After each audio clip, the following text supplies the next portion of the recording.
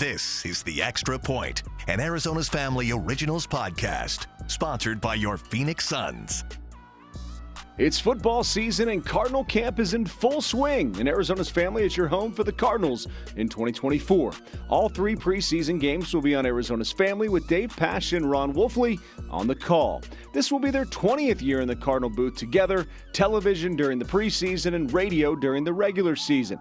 These two put in countless hours to try to make the perfect point at the perfect time. Wolf, the former Cardinals special teams ace, brings his wild man perspective that still wants to put on his helmet despite retiring from the NFL almost 30 years ago. And Pasch has a seasoned eye and a network voice as he usually arrives in the broadcast booth after calling a big-time college game on Saturdays. These two also know how to have fun, and it's usually at each other's expense. That's where we begin our conversation on the Extra Point Podcast. Does football keep you young?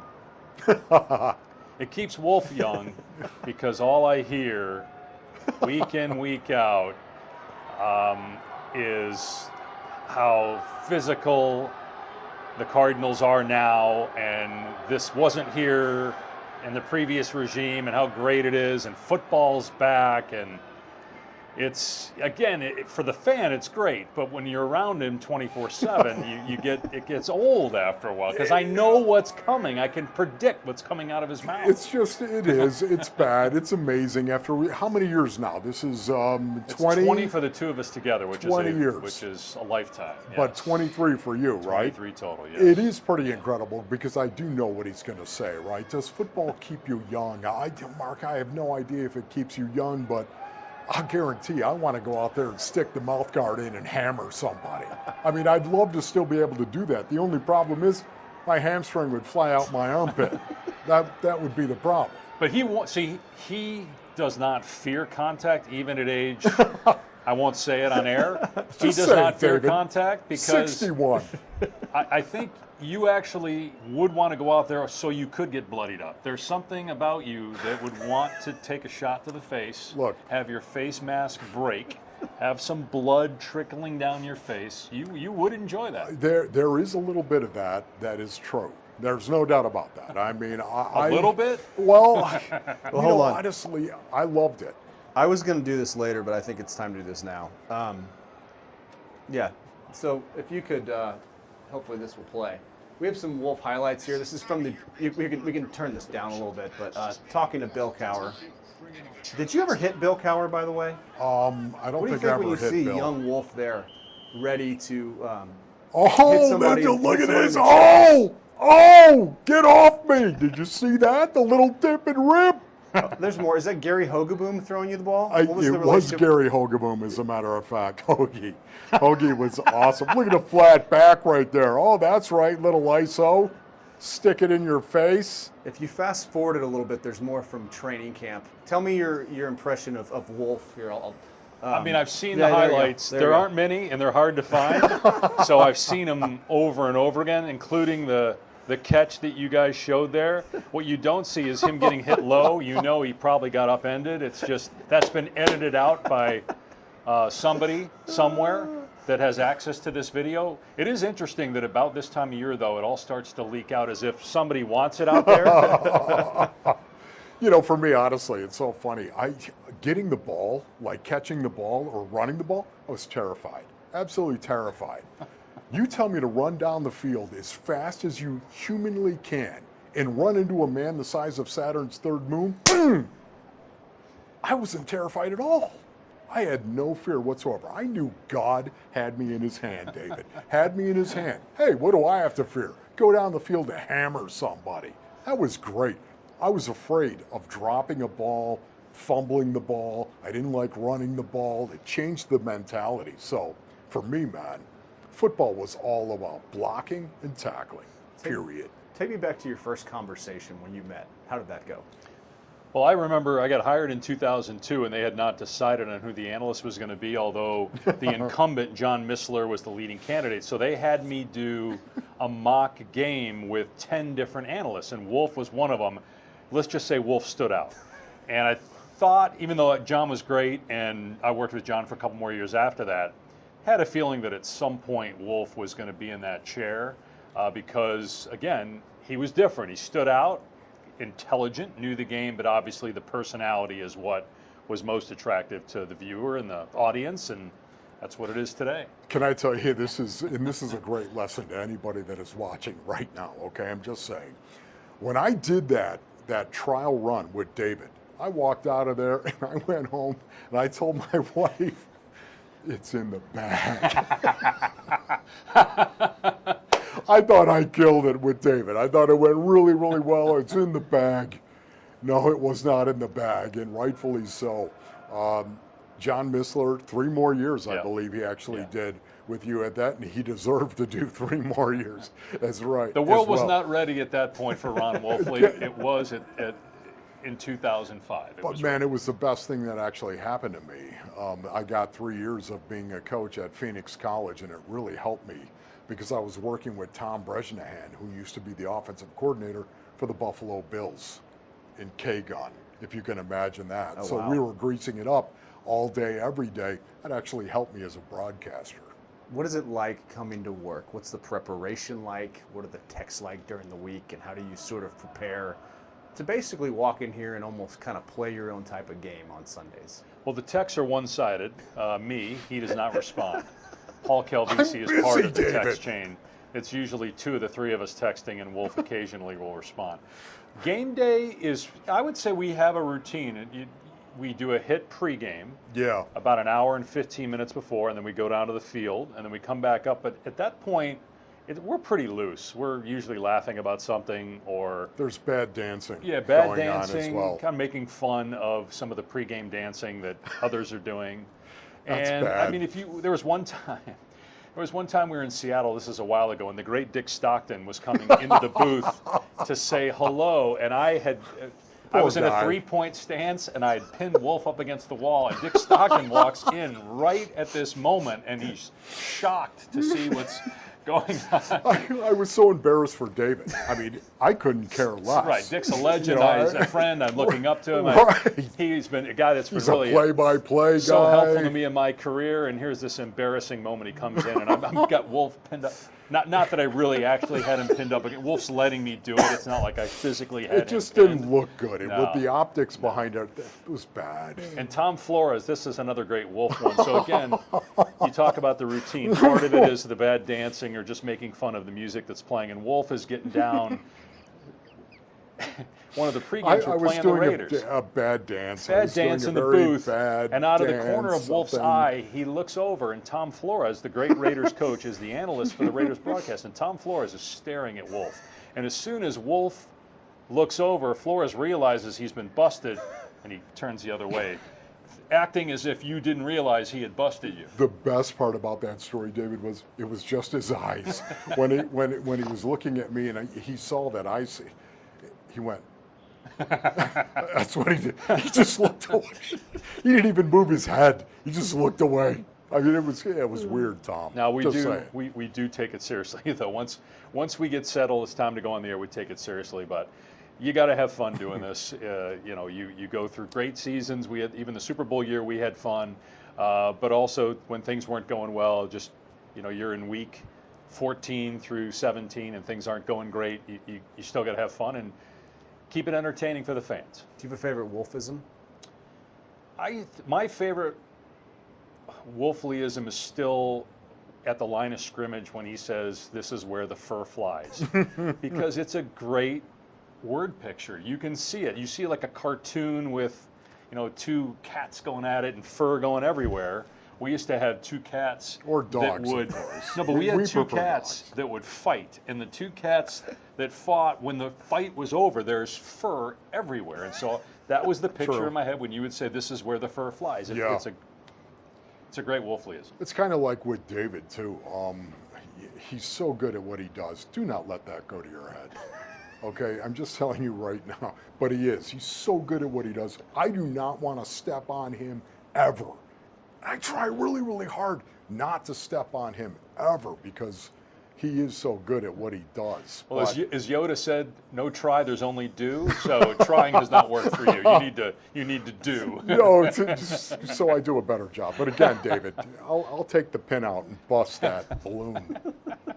Do you have any isms, Wolf-isms that you're sitting on for this year specifically? Like, how do they, like, I remember, like, lower the plow on the tractor, hit the gas. Jethro. Yeah. As you probably can tell, so much of the time, I mean, it just comes out, a lot of this stuff. And, I'm just really excited about this year's iteration of the Arizona Cardinals. That wasn't a question. You got to answer the question now. What do you mean? We can get into X's and O's later. Can I just say, because I've seen it firsthand, there was an announcer, I'm not going to say his name, but there was an announcer for one of the other teams that had, not Wolfley-isms, but his isms, and he had them pasted up all on the wall so that he could look, okay, did I use this one yet? Take it down, use the next one.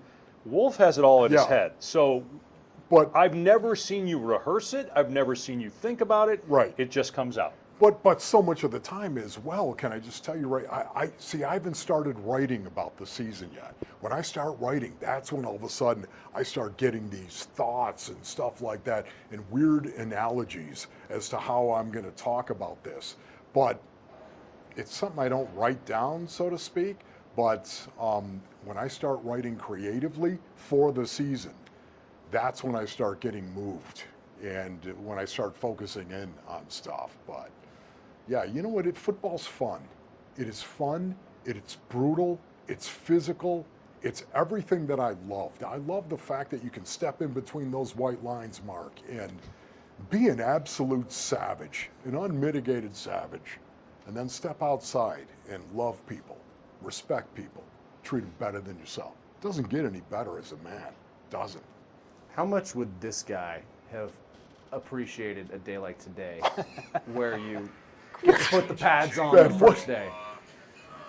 You got is the beard coming back for the preseason telecast? First of all, what are you doing with the hair? I mean, the hair's a lot longer than what I should be wearing. It had the tail on the back too, right? I did have. That looks like a guy who would have no time for play-by-play guys. Like, that looks like a guy who looks down on people in our business, and see, now he's part of the media. He would never claim that he's media. This is amazing right here because honestly, you saw the tail. It's still one of the most embarrassing things I've ever done. I'm just telling you. But it was in back then. I had the rat tail. And you know what? I blame my Polynesian brothers who braided it for me. They were the ones who wanted me to grow it. I was like, this is the great. I loved it, man. I had Nico Noga, Falanico Noga. This guy had such a huge impact on me. He was a mentor for me. Taught me so much about special teams and everything I know. So I grew the rat tail because of Nico, and he braided it for me. It was pretty cool. Do you have video of me with actual hair? We do, yes. Okay, because Wolf does know me when I had a full head of hair. That was real. So, I mean, you look different there, but it's still you. Like, your hair is, there are people that say I look completely different than when I started doing David, this. that'll do it. Hair and no hair. We have an interview with you the first day you started at Flagstaff for training camp. My goodness. On Good Morning Arizona. Full head of hair, I'll bet. Bring it full circle. We are doing a kind of a schedule preview show, so if you don't mind, just wanted to kind of get your thoughts on the schedule. I mean, in Rushford, New York, it's going to be a party out there, okay? It's homecoming for you. That it basically is. Going back home, of course, Buffalo, New York. Orchard Park is a suburb. That's where the stadium actually is, in Orchard Park, New York. And born and raised there, of course. So going back, that's going to be really, really cool right there, just to be around the area. But I stay with my mom out in Rushford, New York. Population 1,100 people. Does Dave it's stay a there farm too? Community. No, Dave. Who knows where I'll be coming from or when I'll get there. But my first NFL experience was doing the preseason games for the Bills back in 2001. Greg Williams was the head coach. So I was doing the Syracuse stuff at the time and went to school there. So Buffalo has a special place in my heart, not certainly to the degree that it does for Wolf. But there's they're great fans. It's a great place. The only times, though, I feel like we've done a game when we've been back there, I think it's been twice, the weather's been bad. The fact we're getting there week one when the weather's nice, it won't feel like Buffalo. But Josh Allen, it's a big year for Josh Allen. He can't lose week one at home. It feels like there's as much pressure on him as any quarterback right now in football. And so obviously it's a big game for them because I think there are a lot of people questioning whether they're now on the downside of what many thought was going to be a nice run for them. So when exactly is the bye, David? When is the bye right here? When you'll be going to Cabo, right? I There'll be no Cabo at some point. Oh, mid-November. But mid-November. You mentioned the other quarterbacks. I think Tua, got the contract. Is he ready to be that guy? Is Aaron Rodgers going to be healthy when the Cardinals play the Jets? And the NFC North? Yeah, when you also got Drake May. The Patriots, they come here later. Could they be ready to? I did several North Carolina games and met with Drake May a couple times, and I thought Drake May would be the best quarterback in this draft class. Interesting. I did. Now, it's hard to say today just based on, I think a lot of people thought he would really challenge Caleb Williams to go first, and then he was not one of the first two guys, so we'll see. Obviously, that's an organization that doesn't have Bill Belichick anymore, but it's still the Patriots, so he's probably in a good spot. Doesn't have to play right away. Maybe he will, but I still feel pretty good that he's going to be a successful player in the NFL. David, are we going to New Orleans? We're playing them in the preseason. That's right, in the preseason. That's problematic right there. Love Cajun food, of course. Are we going to Miami? We are. We terrible are going booth. to Miami. Terrible booth in Miami. Terrible. That's why I was bringing up worst. Tua Tagovailoa. Okay, exactly. And when that's going to be? It's mid-October, I think. Mid-October. It's still going to be warm, right? Yeah. Where are your favorite places to go? Like, is Lambeau? Is that sort of New Orleans? New Orleans, Cajun food. Come on, bring it on, bro. Wolf probably should be in trouble with the Green Bay police because he once ripped grass out of the ground at Lambeau when we were down in the field and stuck it in his pocket. Yeah.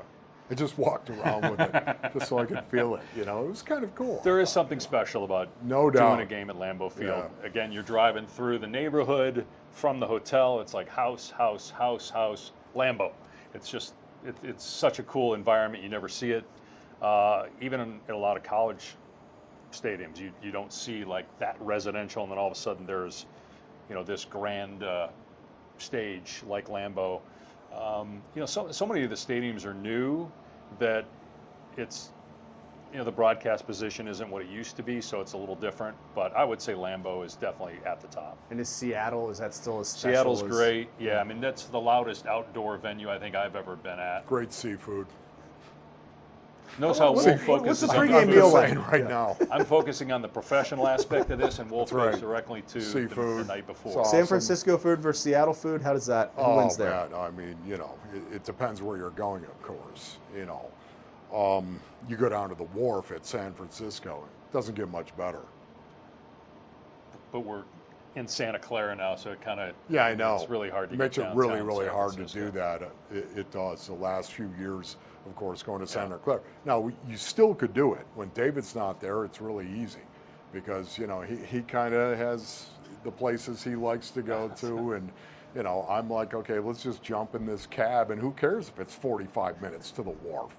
Where are we going? Who pays?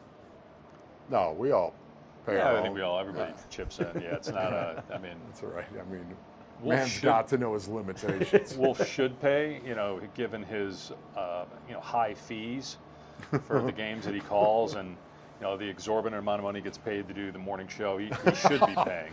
Oh, please. What as far as just like right out of the box with the Cardinals, the home games, you have Jaden Daniels coming in, you have Goff coming in, you have LA coming in with they don't have Aaron Donald for the first time in a while, so that would seem to be maybe a sigh of relief a little bit. How important do you think it is for a strong start for this team to really be able to show what they can do and get to December with young guys and have a chance to be knocking at the door of a playoff? Yeah, you just said it right there, Mark. I mean, all these young guys that they actually have, that's going to be really, really important because the 2023 draft class is going to factor heavily into this year's iteration of the Cardinals. So will the 2024 draft class. So you're going to have two-year guys and rookies, a large amount of them that you're going to be counting on to going out and actually playing well. So there's no doubt about it. I think if they can go out and perform and execute, especially in September, that might actually pay dividends down the road because confidence matters. Yeah, these guys need to taste winning. I think Kyler needs to taste winning again, and I think Kyler needs to winning is only going to help Kyler's ascension. He's finally healthy. Watching him at practice, you see the burst is back. He looks like Kyler. He has really, you talk to anybody, to a man or a woman inside the organization. Has Kyler Murray done everything that he's been asked to do? Absolutely 100%. Wolf and I are watching offensive line on the other field practicing, and Kyler was over there. He was the only non-offensive lineman over there, and he's looking at the call sheet. He's talking to offensive linemen. He was very involved in other guys' lives in the offseason, whether it's paying for a mansion in Los Angeles for the entire group to be together to work out at UCLA, flying guys to a playoff game that I was doing. I look over and there's Kyler and five of his teammates. Kyler fit the bill for those guys to go. So he's doing all the things, inviting guys over and having his chef cook for, like, all the things that quarterbacks are supposed to do in terms of leadership. He's done that, and he's very comfortable in the offense. He has a grasp of the offense that I think is encouraging when you're looking at no doubt him trying. This is a big year for him. So yeah, the longer the season goes, it feels like, Philly last year got off to a great start, fizzled. You got to be good at the end, obviously. But for this team, and for I think Kyler specifically, you got to taste winning early. No doubt about it. I'm encouraged because Kyler's encouraged. You can actually hear it in his voice. If you listen to him, he's so much more upbeat than what we have seen in the past. He's encouraged. And why shouldn't he be? He actually has made the move to go under center, and you know what's coming, David, yet it is the truth, to go under center and evolve as a person, evolve as a player, evolve this offense by going under center. You got to be able to do it all, Mark. You got to be able to go under center, in the shotgun, in the pistol, 11 personnel, 10 personnel, 12 personnel, 13, 21. You got to be able to do it all in today's NFL. Kyler got a taste of doing it. And I think that has really encouraged him. And I think we're seeing some of that, of course, coming off that off season. Tell me about another guy who can do it all. When you see his schedule, what do you think when you see all the different places he goes? It truly is incredible that David does as many games as he does. And once again, you know what, David, don't let this go to your head, but seriously, the fact that he doesn't trip up on a name? Yeah, I do. Well, you know what, I have not seen it. I'm just telling you right now. Paul Calvisi, our sideline guy, Paulie, working the sideline, as he should be, I might add, okay? Working the sideline, he says the exact same thing. The fact that David's doing all these college games, he's doing NBA games, he's doing NFL games. The fact he doesn't mess up, it's pretty big. I mess up plenty. Yeah, really? But so do you. Hence that last answer, which would have, if this was a live game, it'd be 4th down now, and you still would have been talking. All right, last one from me, and I just need to pull it up real quick because it's Jim Omahundro has this on his Twitter, and it's really fun to listen to. It is when the two of you got to call that the Cardinals were going to the Super Bowl. Oh boy, yeah, I've heard it so many times. It's one of those when you keep hearing it, it's like, did I really say that? Did I really sound like that? The only thing good about it is, other than the Cardinals winning, is the fact that I had a full head of hair. Jim Omahundro does have the camera, and he pans around, and you see Wolf. I don't know, Wolf, if you had a big meal the night before. There it is. You pan around. Oh, yeah, the cheeks were a little full right there. A double XL pullover there. That was. I will say, after that, I remember that two things about the Super Bowl that stand out the most. The first is sitting, you, me, and Mr. Bidwell. We are sitting there with Mr. B having pregame meal at the hotel, and Mr. B is telling all these stories, and we're like, we're going to be late for the bus. They're like, they're not leaving without him. So we stayed there. I think the bus waited for us. And then when we got on the bus, you and I are sitting behind Kurt Warner. And we're kind of looking at each other like, what's going on? He's been through this. What's going on in his brain? And then obviously he played lights out. It was really cool just to kind of the peripheral part of that experience. And I remember you and I saying, we got to drink all this in because you just don't know if you're ever going to get to experience it again. Yeah, just going back to the call, I have to tell you, that was unbelievable. People use the word surreal. I think it's overused. yet it might be the only word that really applies to what happened there. Just the fact that the realization the Arizona Cardinals were going to the Super Bowl. Remember, that's when, obviously Super Bowl 43 was going to be against the Steelers. Craig, my older brother Craig, is actually their radio analyst. So it was all of this crashing down that they actually had done it. Won the game, the NFC Championship, and going to go ahead and play the Pittsburgh Steelers in the Super Bowl. That was unbelievable. It's hard to believe that it's been 16 years, but I can recall when the Giants lost at home and you knew the Cardinals were going to host Philly. And it felt like from the moment that happened throughout the week, being here pregame, you and I went out on the great lawn with Michael Bidwill, and we talked to the fans. Like, the Cardinals were not losing that day. It felt like that all week. Like, the Cardinals are going to win this game. They got Kurt Warner. They're going to win this game. Gray beard. And that was, we've seen some incredible playoff games. The 2 Packer home games are as good as it gets in terms of NFL playoff games. And the Philly game, obviously, the NFC Championship game, and just watching the celebration on the field and how loud it was in the stadium that day, unforgettable. Especially what they did on that last play, the fact that it was cover 0. They brought everybody.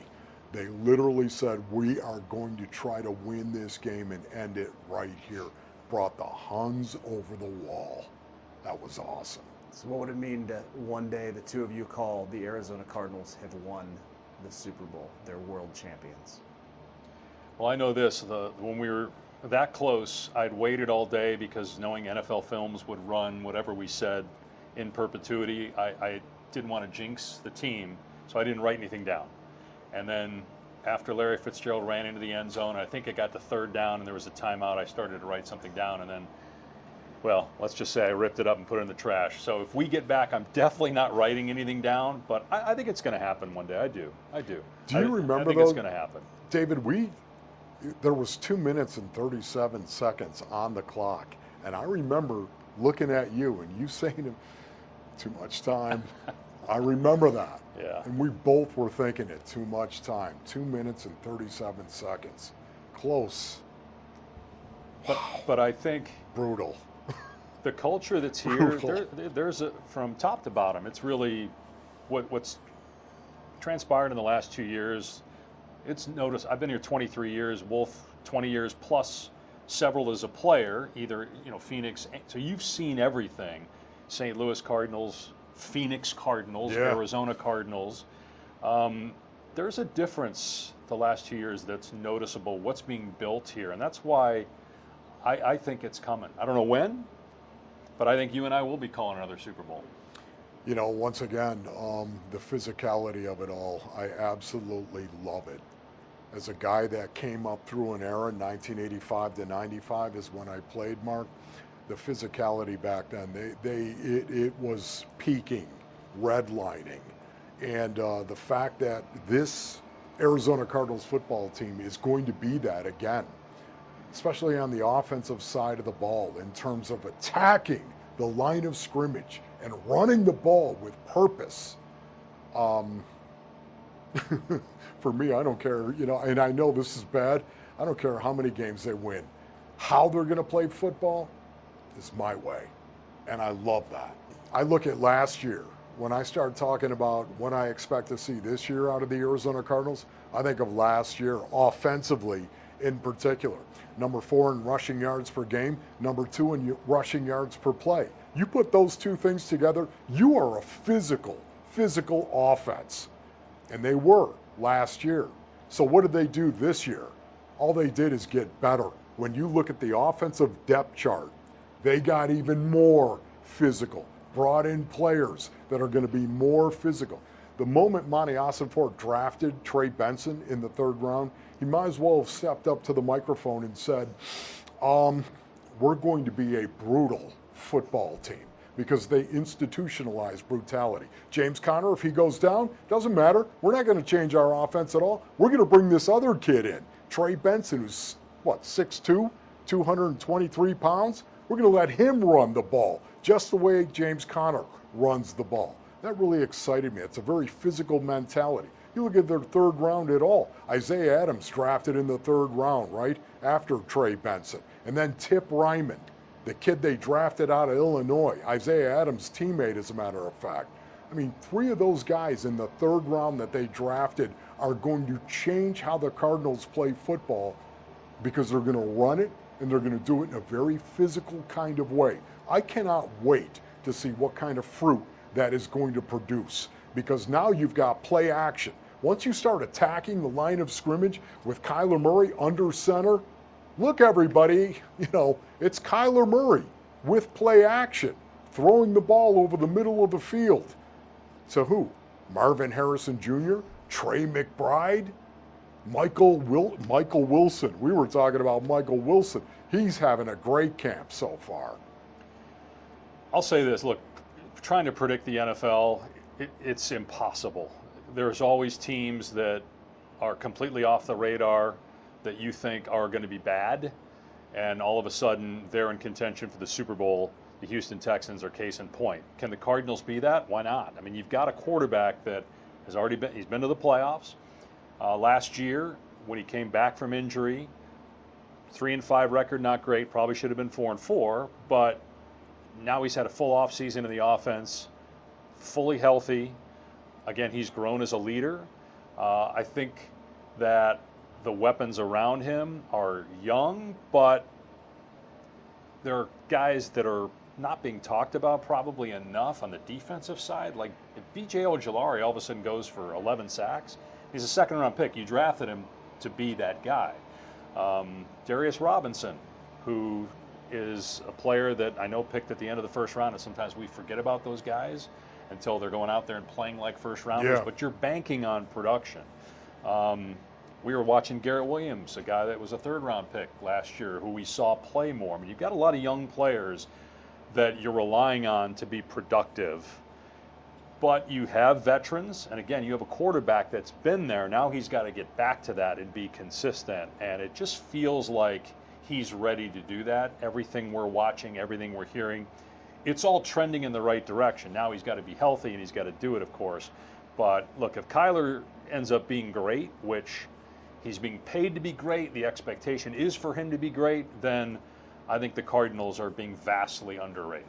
I think the defense, in their ability to stop the run, really holds the key, the pass apart too, to the rest of the season for the Cardinals. And the reason being is because if you cannot stop the run, as we all know, it's demoralizing.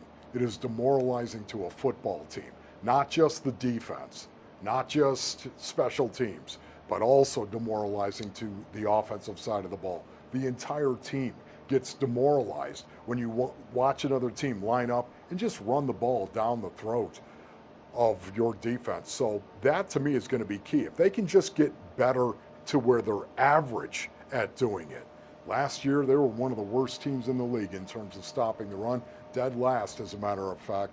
That, to me, can happen. If they can just be average this year, man, it will set off a chain reaction that I think is really going to help the Cardinals win games, because now they can stay balanced. They can stay in their offense and run the ball and use play action, even if they're in the third, fourth quarter, if they're not down. And if you can't stop the run, you're going to be down in games. You are, because that opens up the playbook for your opponent.